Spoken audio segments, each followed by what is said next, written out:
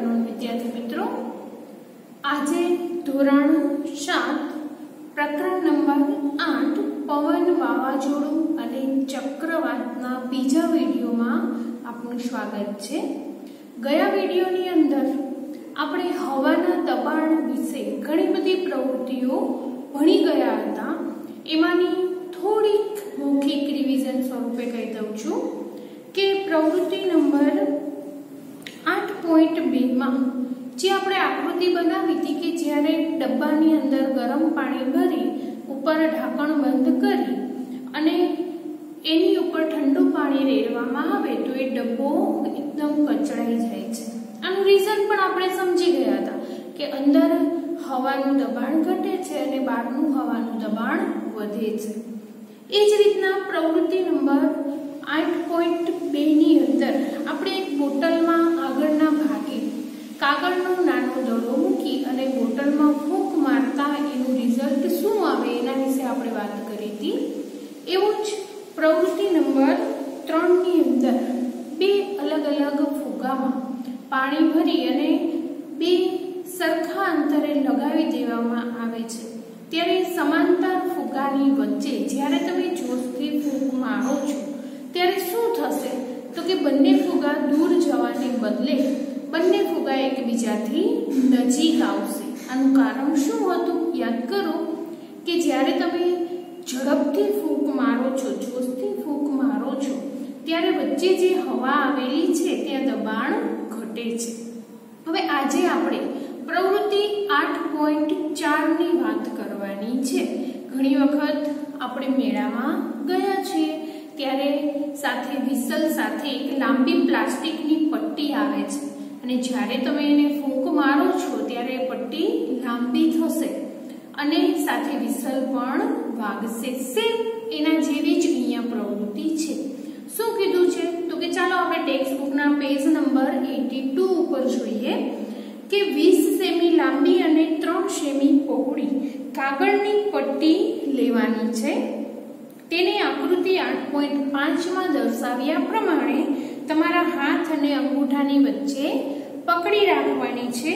હવે કાગળની પટ્ટીની ઉપરના ભાગમાં ફૂંક મારો। શું થશે તો કે જ્યારે તમે પટ્ટીની ઉપરના ભાગેથી ફૂંક મારશો ત્યારે એ સમયે ત્યાંની હવા જે છે એ પહેલા તો કે એમનેમ સ્થિર હતી। જેવું તમે ઝડપથી ફૂંક મારશો એ સાથે જ ત્યાં હવાનું હલકું દબાણ સર્જાશે। એ જ સમયે એની સાથે સાથે શું થશે તો કે પટ્ટીની નીચેના ભાગે રહેલી હવા એને ધક્કો મારશે અને બીજી સાથે એવી પ્રવૃત્તિ થશે કે જ્યારે ત્યાં ફૂંક મારશો ત્યારે ત્યાં હવાનું હલકું દબાણ ઉત્પન્ન થશે અને પટ્ટી જેમ નીચે વળેલી છે એના કરતાં આકૃતિમાં બતાવ્યા પ્રમાણે થોડી હવામાં ઉપર ઉડશે। આનો અર્થ શું થાય તો કે આપણે એવું કહી શકીએ કે પવનની ઝડપ વધતા તે સ્થાને હવાના દબાણમાં ઘટાડો થાય છે। આપણે આગળ પણ ઘણી બધી પ્રવૃત્તિઓ ભણી ગયા એમાં પણ ક્યાંક આ જ સિદ્ધાંત કામ કરે છે કે પવનની ઝડપ જ્યારે વધે છે ત્યારે શું થાય તો કે જે તે સ્થાનમાં હવાનું દબાણ ઘટે છે।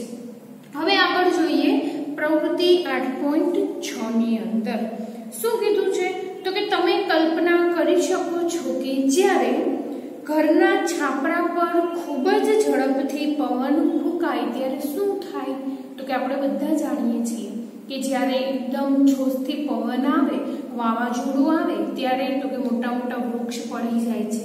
એ ઉપરાંત તો કે જે હળવી વસ્તુ આપણે ટેરેસ ઉપર અથવા તો બારી પાસે અથવા કોઈ પણ એવી જગ્યાએ લગાવેલી હશે એ પણ ઉખડી અને દૂર દૂર સુધી ફેંકાઈ જશે।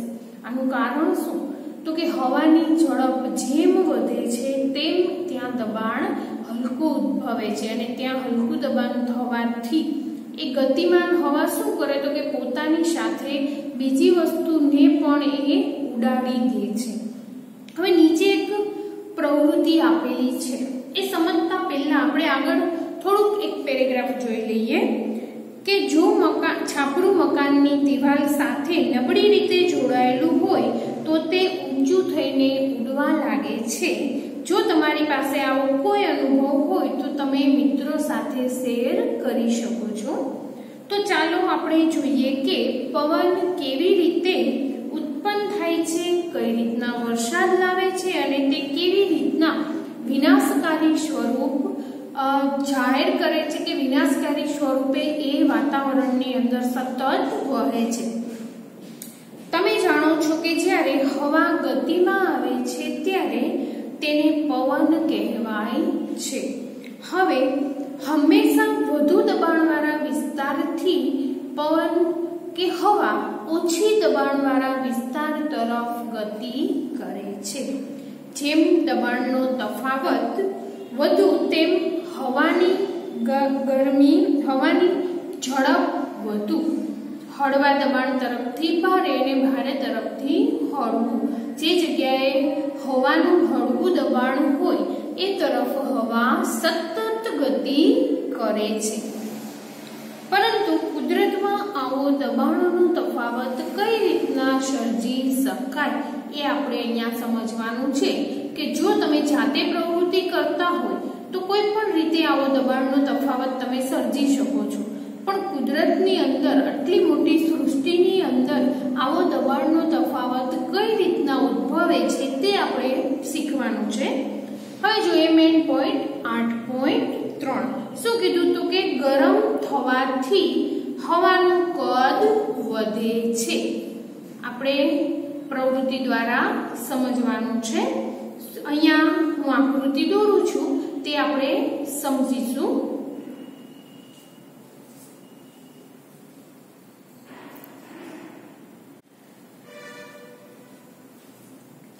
હવે આપણે પ્રવૃત્તિની અંદર જોઈએ કે ગરમ થવાથી હવાનું કદ વધે છે. એ આપણે એક પ્રવૃત્તિ દ્વારા સમજી લઈએ. શું કરીશું તો કે એક બીકરની અંદર કસનળીની ઉપરના ભાગે એક ફુગ્ગો લગાવી દઈશું. આ આકૃતિ સમજવા માટે છે. ત્યારબાદ બે અલગ અલગ બીકરની અંદર એકમાં ઠંડુ પાણી અને બીજામાં ગરમ પાણી ભરી દઈશું. અને આવી બે કસનળી લઈ અને બંનેની અંદર થોડી વાર સુધી ઉપર ફુગ્ગો લગાવી અને રાખી દેવાની છે. હવે આપણે શરૂઆતથી સમજીએ કે જ્યારે તમે કસનળી લીધી છે ત્યારે અંદરના ભાગની અંદર હવા કેવી હશે તો કે ઠંડી. કારણ કે એમાં તમે ક્યાંય ગરમ હવા ભરતા નથી. જે વાતાવરણની હવા છે એ જ હવા એ કસનળીમાં હશે. અને એ સમય દરમિયાન તમે અંદર ફુગ્ગો લગાવી દીધો છે ઉપરના ભાગે એટલે એ હવા ત્યાં ને ત્યાં રહેશે. ત્યારબાદ તો કે ગરમ પાણીમાં જ્યારે તમે એને મૂકશો ત્યારે શું થશે તો કે આ સપાટી ગરમ થતા એની અંદર રહેલી હવા પણ ગરમ થાય છે. અને એ હવા ક્યાં જશે તો કે આપણે જાણીએ છીએ કે ગરમ હવા સતત ઉપર તરફ ગતિ કરે છે. એટલે એ હવા ઉપર તરફ જશે. અને બીજું શું તો કે જ્યારે હવા ગરમ થાય છે ત્યારે એ જે કદમાં હોય છે એના કરતા એના કદમાં વધારો થાય છે. એ વધારો ક્યાં ભેગો થશે તો કે બધો જ વધારો ઉપર લગાવેલા ફુગ્ગાને થોડોક ફૂલાવશે. કારણ કે એ હવા ત્યાંથી ક્યાંય બહાર જઈ શકતી નથી. એ જ સેમ વસ્તુ જો ઠંડા પાણીમાં મૂકવામાં આવશે તો એમાં એ ફુગ્ગો ફૂલશે નહીં. એનું કારણ શું તો કે અંદર પણ ઠંડી વાતાવરણની જે હવા છે એ જ છે અને નીચે જો પાણી ભરેલું છે એ પણ કેવું છે તો કે ઠંડુ. એમાં ક્યાંય આદાન પ્રદાન ગરમ અને ઠંડાનું થશે નહીં. અને જે હવા ત્યાં છે ભરેલી એ હવા ત્યાં ને ત્યાં રહેશે. એટલે આના ઉપરથી આપણે એવું કહી શકીએ કે ગરમ થવાથી હવાનું કદ વધે છે. જે માત્ર કસનળી અને ફુગ્ગામાં થોડી ઘણી હવા હતી એ કદ વધી અને આ ઉપર રહેલા ફુગ્ગાને ફૂલાવશે. બીજી એક પ્રવૃત્તિ દ્વારા આપણે સમજીએ શું કરવાનું કીધું છે તો કે પ્રવૃત્તિ નંબર 8.6 બે સમાન કદની કાગળની કોથળીઓ લેવાની છે. અને અહીંયા જે આકૃતિમાં દર્શાવ્યું છે અને ટેક્સ્ટ બુકમાં પણ છે એ પ્રમાણે સ્ટેન્ડ ઉપર એને લટકાવી દેવાની છે. જ્યારે તમે સમાન અંતરે એને લટકાવશો ત્યારે એ થોડી વાર સુધી સ્થિર થવા દેવાની છે. સ્થિર થશે એટલે આવું તમને ચિત્ર જોવા મળશે કે બંને સરખા માપની છે, સરખા વજનની છે અને સરખા અંતરે લગાવેલી છે, જેથી કરીને એ સમાંતર રહેશે. હવે શું કરવાનું? તો કે આ જે કોથળીઓ છે ઊંધી લગાવેલી, એની અંદર અત્યારે શું છે તો કે વાતાવરણની જે ઠંડી હવા છે એ જ છે. જેવું જેટલું વાતાવરણનું ટેમ્પરેચર હોય એ જ ટેમ્પરેચર વાળી હવા એમની અંદર છે. હવે શું કરશો તો કે એક બાજુ નીચે મીણબત્તી ચાલુ કરી અને કોથળીને ઊંધી છે એ ખોલી અને નીચે મીણબત્તી રાખવાની, પણ પ્રવૃત્તિ કરતા પહેલા ધ્યાન રાખવાનું કે કોથળી સળગે નહીં. એનાથી થોડીક નીચે એને મૂકી રાખવાની છે. થોડી વાર પછી તમે જોશો તો શું થશે તો કે જે ભાગની નીચે તમે મીણબત્તી રાખેલી છે એ ભાગ ઓટોમેટિક ઉપર તરફ જતો દેખાશે, જ્યારે બીજો ભાગ તો કે નીચે તરફ આવેલો દેખાશે. આ બે વચ્ચેનો તફાવત તમે વિચારી શકો? તો કે હા, આપણે એવું કીધું છે કે ઠંડી હવા હંમેશા ગરમ હવા હંમેશા ઉપર તરફ ગતિ કરે છે. અને બીજું શું તો કે ગરમ હવાનું કદ વધુ હોય છે. કોના કરતા? તો કે ઠંડી હવા કરતા. અહીંયા જ્યારે મીણબત્તી શરૂ થશે ત્યારે એમની અંદર રહેલી હવા તો કે ગરમ થશે, અને ગરમ હવા કેવી હોય તો કે પ્રમાણમાં હળવી, જેથી કરીને ઉપર તરફ ગતિ કરે છે. જ્યારે બીજી બાજુ તો કે આમની અંદર ઠંડી હવા ભરેલી છે, એનું વજન ગરમ હવા કરતા વધી જશે, એટલે આ ભાગ ઉપર જશે. બીજી બાજુનો કોથળી વાળો ભાગ એ ક્યાં આવશે તો કે નીચો આવશે. આમ બંને વચ્ચે તમે ઠંડુ અને ગરમ હવા વચ્ચે તફાવત શોધી શકો છો.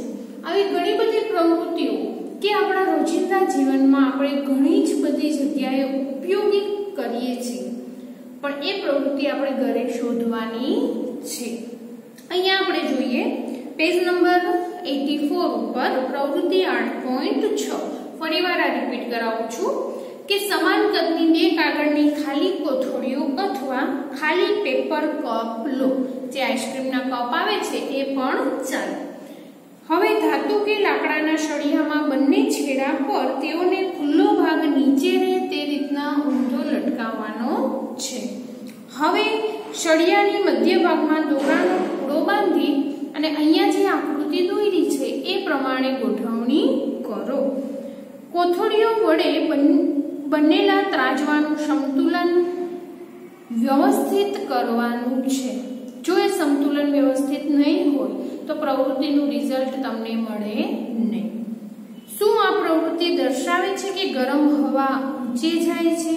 જ્યારે ગરમ હવા ઉપર જાય છે ત્યારે તે કોથળીને ઉપર તરફ ધકેલે છે. ત્રાજવાનું આ સંતુલન એવું સૂચવે છે કે ગરમ હવા ઠંડી હવા કરતા હલકી હોય છે. હવે તમે સમજાવી શકશો કે શા માટે ધુમાડો હંમેશા ઉપર તરફ ગતિ કરે છે. વળી એ પણ યાદ રાખવું જરૂરી છે કે ગરમ થવાથી હવા ફેલાય છે અને વધુ જગ્યા રોકે છે. જ્યારે કોઈ વસ્તુ વધુ જગ્યા રોકે ત્યારે તે વજનમાં હલકી બને છે. આથી જ ગરમ હવા ઠંડી હવા કરતા હલકી હોય છે તેવું આપણે કહી શકીએ છીએ. કુદરતમાં એવી અનેક પરિસ્થિતિઓ સર્જાય છે જેમાં કોઈ સ્થળની હવા ગરમ થઈને ઉપર જાય છે, તે સ્થળે હવાનું દબાણ ઘટે છે. આજુબાજુની ઠંડી હવા તે જગ્યા પર પૂરવા માટે જોરદાર રીતે ધસી આવે છે. ધસી આવવું એટલે શું તો કે એક જગ્યા ખાલી થાય ત્યાં બેસવા માટે જેમ આપણે દોડીએ છીએ એમ ઠંડી હવા ત્યાં જવા માટે ઝડપથી ત્યાં પહોંચી જાય છે. આવી કુદરતની અંદર ઘણી બધી ઘટનાઓ બનતી હોય છે, પણ ક્યારેક એવું બને કે આપણે તેની જોઈ શકતા નથી, પણ માત્ર એમનો અનુભવ અને એનાથી થયેલો ફાયદો કે નુકસાન જ આપણે જાણી શકીએ છીએ. હવે આપણે જોઈએ 8.4. પૃથ્વી પરની સપાટી અસમાન રીતે ગરમ થવાને કારણે પવનનો પ્રવાહ ઉત્પન્ન થાય છે। આપણે પૃથ્વી વિશે ઘણી બધી માહિતીઓ મેળવી ગયા છીએ અને સામાજિક વિજ્ઞાનની અંદર ભણીએ પણ છીએ કે પૃથ્વી દરેક જગ્યાએ સમાન રીતે ગરમ થતી નથી અને આ જ પાઠની અગાઉ આપણે ભણી પણ ગયા કે ઘણી જગ્યા એવી છે કે જ્યાં વર્ષ દરમિયાન ખૂબ જ ઠંડી હોય, ગરમી હોય, ખૂબ જ વરસાદ હોય અથવા તો અમુક મહિના સુધી ત્યાં સખત તાપ પડતો હોય। આ રીતના પૃથ્વી પરની દરેક જગ્યાની પરિસ્થિતિ, આબોહવા, હવામાન બધું જ અલગ અલગ છે। તેથી જ અહીંયા એવું કીધું છે કે દરેક જગ્યાએ સમાન રીતે પૃથ્વી ગરમ થતી નથી, અસમાન રીતે એ ગરમ થાય છે, જેથી કરીને વાતાવરણની અંદર ઘણા બધા ફેરફારો સર્જાય છે, જે આપણે અત્યારે જોવાના છે।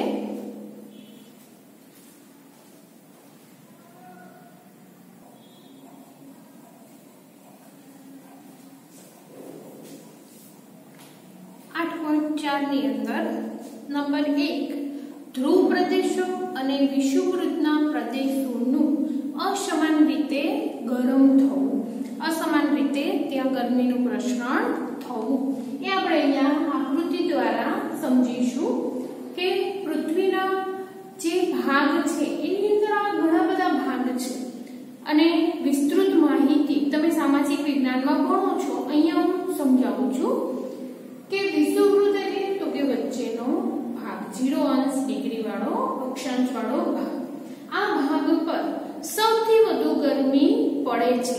એનું કારણ શું છે તો કે ત્યાં સૂર્યના સીધા કિરણો પડે છે, જેથી કરીને ત્યાં ગરમીનું પ્રમાણ વધુ હોય છે। જેમ જેમ સૂર્યના કિરણો ત્રાસા થતા જશે ઉપર અને નીચેની બાજુ, એટલે કે ધ્રુવ પ્રદેશની અંદર જ્યારે સૂર્યના કિરણો પડશે ત્યારે તે એકદમ ત્રાસા પડે છે, જેથી કરીને એ પ્રદેશ સૌથી ઠંડા પ્રદેશમાં ગણતરીમાં આવે છે।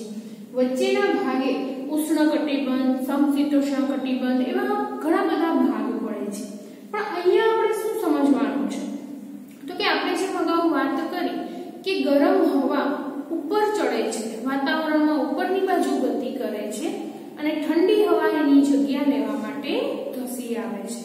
હવે અહીંયા તો કે વચ્ચેના ભાગે વિષુવવૃત્તની અંદર ખૂબ જ ગરમી પડવાથી ત્યાંની હવા તો કે સતત ઉપર ચડે છે અને એની જગ્યા કોણ લે છે તો કે બંને બાજુનો પટ્ટો આપણે જેને કહીએ છીએ ઉષ્ણકટિબંધ, એ બંનેમાં તો કે વિષુવવૃત્ત કરતા થોડુંક તાપમાન નીચું રહે છે, એટલે ત્યાં રહેલી ઠંડી હવા ક્યાં આવે તો કે વિષુવવૃત્તની અંદરના ભાગે કે વિષુવવૃત્તમાં જ્યાં ગરમ હવા ઉપર ચડી ગઈ છે એની જગ્યા કોણ લેશે તો કે 0 થી 30 અક્ષાંશ વાળા જે ઠંડા ભાગના પ્રદેશો છે એ ઠંડી હવા એમની જગ્યા લેશે।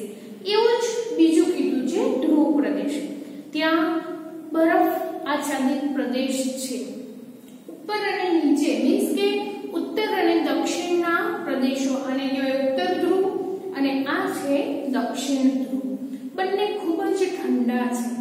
પણ એનાથી થોડા આગળ અહીંયા આવીએ કે જે 60 અક્ષાંશ વાળા જે પ્રદેશો છે એ ધ્રુવ પ્રદેશ કરતા થોડા ગરમ છે, જેથી કરીને એ હવા જ્યારે ઉપર ચડે છે એની જગ્યા કોણ લઈ લે છે તો કે ધ્રુવ પ્રદેશની ઠંડી હવા।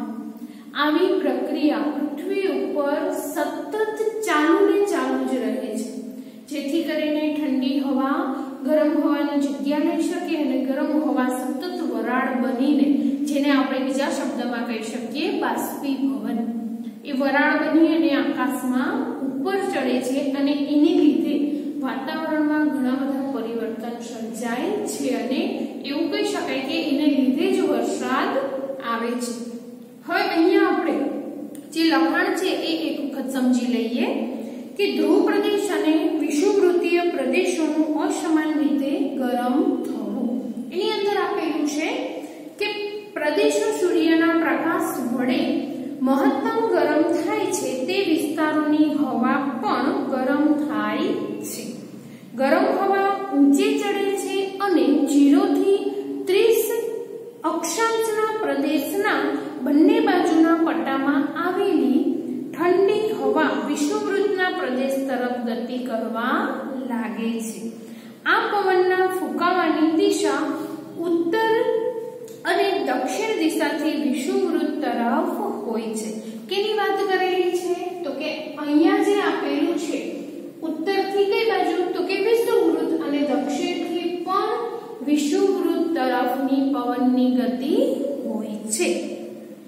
ધ્રુવ પ્રદેશો પાસેની હવા લગભગ 60 ડિગ્રી અક્ષાંશ વાળા પ્રદેશ કરતા ઠંડી હોય છે। આ અક્ષાંશ આગળની ગરમ હુફાળી હવા ઊંચે ચડે છે અને ધ્રુવ પ્રદેશની ઠંડી હવા તેની જગ્યા લેવા માટે ધસી આવે છે। આ રીતે નીચે આકૃતિ 8.8 ટેક્સ્ટ બુકમાં આપેલી છે। દર્શાવ્યા મુજબ ધ્રુવોથી હુફાળા ગરમ પ્રદેશો વચ્ચે પવનનો પ્રવાહ રચાય છે। પવનના પ્રવાહની દિશા ઉત્તર દક્ષિણ દિશામાં ઉત્તરથી દક્ષિણ કે દક્ષિણથી ઉત્તર તરફની હોવી જોઈએ, પરંતુ પૃથ્વીના પરિભ્રમણના કારણે તેની દિશામાં ઘણી વખત ફેરફાર થતા રહે છે। કારણ કે પૃથ્વી પરિભ્રમણ અને પરિક્રમણ બંને કરે છે। સામાન્ય માહિતી આપી દો કે પરિક્રમણ અને પરિભ્રમણ એટલે શું? તો કે પોતે પણ ફરે છે અને પોતે ધરીની આસપાસ પણ ફરે છે।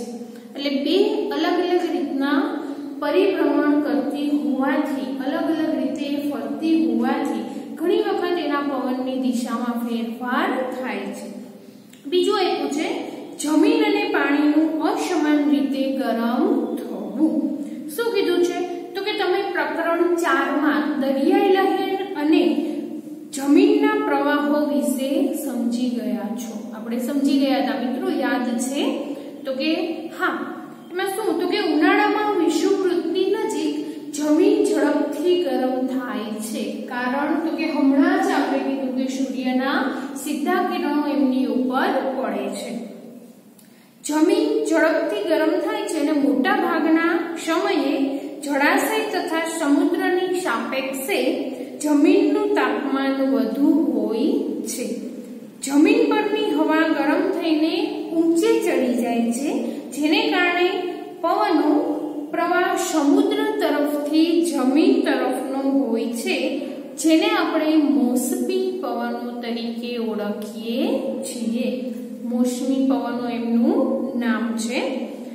શિયાળામાં પવનના પ્રવાહની દિશા ઉલટાઈ જાય છે, તે જમીનથી સમુદ્ર તરફની હોય છે। આ રીતના પવનની ગતિમાં ઘણા બધા ફેરફારો થતા રહે છે।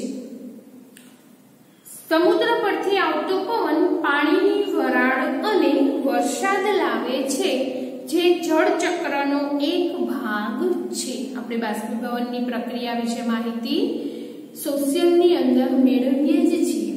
શું કહે છે? તો કે જમીન પરનું પાણી એ બાષ્પીભવન થઈ અને જો એ ઉપર વાતાવરણમાં જાય, આકાશમાં જાય અને ત્યાં વાદળ બને, આપણી ભાષામાં કહીએ તો ત્યાં વાદળ બની અને ચોમાસાની અંદર વરસાદ સ્વરૂપે ફરી પાછું આવે છે। જળ ચક્ર વિશે પણ આપણે માહિતી મેળવવાની થશે, ત્યારે હું ફરીવાર સમજાવીશ। ગરમ મોસમી હવા પોતાની સાથે પાણીની વરાળ લઈને આવે છે, જેને કારણે વરસાદ આવે છે। આપણે હમણાં જ વરસાદનો અનુભવ કરી લીધો છે। કઈ રીતના આવે મિત્રો? તો કે ગરમ મોસમી હવા, ગરમ પવનો ઉપર ચડે છે, એ એક વરસાદ આવવા માટેનો એક જળ ચક્રની પ્રક્રિયાનો ભાગ છે કે જેને કારણે પૃથ્વી ઉપર ફરી પાછું પ્રવાહી સ્વરૂપે એ વરાળ ઠંડી બની અને પડે છે, જેને આપણે વરસાદ કહી શકીએ છીએ। વાદળો વરસાદ લાવીને આપણને આનંદનો અનુભવ કરાવે છે। આપણા દેશના ખેડૂતો પાક માટે મોટે ભાગે વરસાદ પર આધાર રાખે છે। વાદળો અને વરસાદ માટે ઘણા લોકગીતો પ્રચલિત છે। જો તમે આવું કોઈ ગીત જાણતા હોય તો તમે તમારા મિત્રો સાથે શેર કરી શકો છો। બીજું શું કીધું આપણને નિયમ? તો કે લહેરાતા વાદળ અમને કહો કે હવે વરસાદ આવશે।